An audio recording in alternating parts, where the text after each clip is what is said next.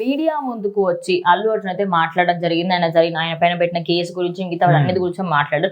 అసలు ఆయన ఏం మాట్లాడారు అండ్ జనాలకు కూడా థ్యాంక్ యూ చెప్పారంటే ఏంటది?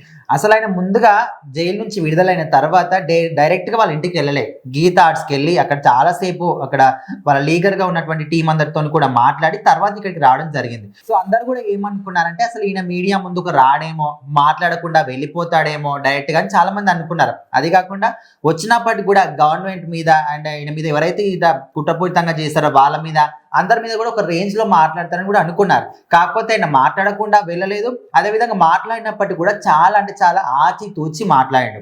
ఎట్లా అంటే ముందుగా వచ్చి అందరికీ ధన్యవాదాలు, నేను బాగానే ఉన్నాను, నా గురించి ఆందోళన చెందకండి, నేను అదే విధంగా ఇటు కోర్టుని అదే విధంగా న్యాయస్థానాన్ని కూడా నేను గౌరవిస్తాను, పోలీసు నన్ను ఎప్పుడు విచారణ పిలిచినా కూడా నేను వాళ్ళకు కూడా సహకరిస్తాను, అదే విధంగా అక్కడ రేవతి కుటుంబానికి కూడా నేను అండగా ఉంటాను, పోయిన ప్రాణాన్ని అయితే తీసుకురాలేం ఎవ్వరం కూడా.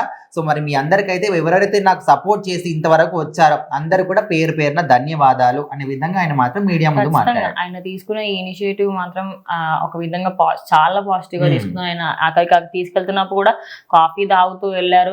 అది పక్కకు పెడితే ఆయన అదే తాగే టైం ఏమో అది ఎవరికి తెలుసు, వాళ్ళు తీసుకెళ్లే టైం కూడా విచిత్రంగా సడన్ గా వచ్చి తీసుకెళ్లారు.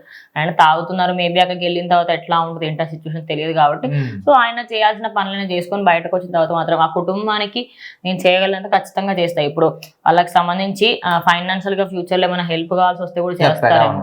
సో ఆబ్వియస్లీ ఆయన అన్న దాంట్లో ఎలాంటి తప్పు లేదు. కానీ ఆయన గీతా ఆర్ట్స్ దగ్గరికి వెళ్ళి బయట వచ్చిన తర్వాత రాడేమో మాట్లాడరేమో అనుకున్నారు. కానీ ఆయన మాట్లాడారు.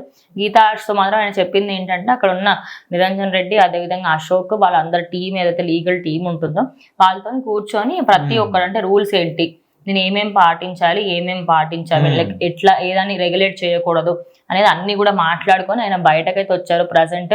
సో ఆఫ్టర్ ఆయన ఖచ్చితంగా 24 hours కాకపోయినా ఒక 12 hours మాత్రం ఆయన మాత్రం జైల్లో ఉంచారు.